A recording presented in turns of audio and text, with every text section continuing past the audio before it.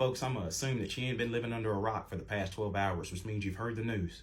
President Joe Biden is dropping out of the 2024 presidential race. And I guarantee you, folks, that over the next few hours, there's going to be a slew of pundits looking to make a quick buck telling you all about how the Democratic Party is doomed and how their efforts over the next few months will be in vain and how Trump's already secured the presidency. Well, I'm here to offer you a counterpoint. 5 of them, actually. Starting with number 5. Joe Biden's just too old. Folks, the question has never been about whether or not Biden's a better candidate than Trump. The question is whether or not over the next 4 years, Biden can fully and faithfully carry out his duties as president of the United States. We saw the debate on June 27th. We've seen the footage and we've read the headlines. He's too old, and it's time for him to step aside. He's doing the right thing, but folks, his legacy is also intact. Over the last 12 years, Biden has cemented himself as one of the most consequential American politicians in U.S. history. And in the last 4 years, millions more Americans have access to health care. Biden slashed billions of dollars in student debt. The net worth of the American family is up and inequality is down. And he's reaffirmed American strategies and alliances globally. And folks, we're better off for it. 4 years was enough for him to get us back on course. It's time for somebody else to take the reins. Reason number 4 as to why Joe Biden stepping down from the Democratic ticket is good for the party and for the country is that now Democrats get to leverage that vice presidential vacancy on the ticket as an opportunity to showcase young, fresh-faced Democratic talent to a national audience.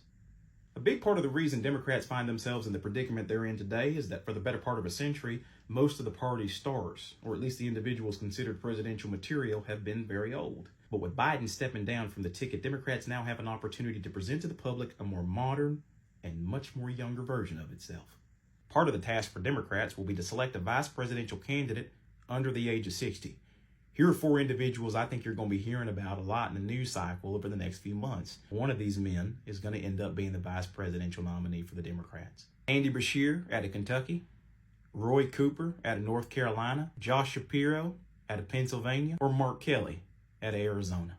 Reason number 3 as to why Joe Biden stepping down from the ticket is good for Democrats, both short-term and long-term, is that Kamala Harris provides an even starker contrast to Donald Trump than does Joe Biden. He's notoriously anti-immigrant. She's the child of immigrants. He's a current felon. She's a former prosecutor. She's relatively young within the context of American politics, 58. He's old no matter which way you sniff it.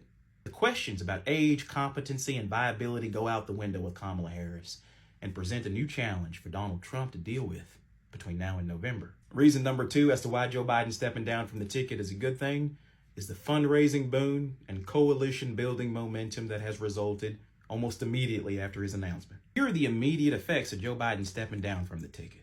Dems raised $5 million in the first hour of his resigning. The presumed nominee Kamala Harris will not only inherit Biden's voting bloc, but she's gained the endorsement of key individuals within the Democratic Party, also within hours of Biden's announcement. The only question that remains for Kamala Harris between now and November is through campaigning and sheer will, can she inherit his voting map of 2020? Kamala Harris has presented a new opportunity for Democrats to coalesce not only around their vision for the country, but preventing Donald Trump from ascending back to the presidency. And speaking of vision for the country, before I get to number 1, I want to use this opportunity to plug my new project that I have coming out. It's a mini-series on Project 2025. In this series, I'll be breaking down the goals and strategies of Project 2025, including how the project seeks to leverage Donald Trump's second term in office to fundamentally transform government, the judiciary, healthcare, education, entitlements, the environment, and American life as we know it. It's information that we all need to know headed into November. Stay tuned. The number 1 reason why Biden stepping down from the top of the ticket is a good thing for Democrats and for Americans who care about the sanctity of democracy in this country is that Kamala Harris can win. Let's take a look at some of Kamala Harris's polling numbers against Donald Trump in key swing states. As of today, Kamala Harris is only down 4 points to Trump nationally, having not picked a vice president, having not given a single stumping speech, or performed in a single debate as the presidential candidate. In Pennsylvania, she's only down 1 point to Trump. In Virginia, she's up 4 points on Trump. And in Michigan, she's only down 1 point. Folks, I mentioned earlier that a lot of folks are going to tell you that Democrats are out of it. I'm here to tell you that it's the exact opposite. If Democrats can play this right, coalesce behind their candidate, and remind the country of what's at stake, well, anything's possible. Don't ever let anybody tell you it's over until it's over. And last time I checked, it ain't over till November.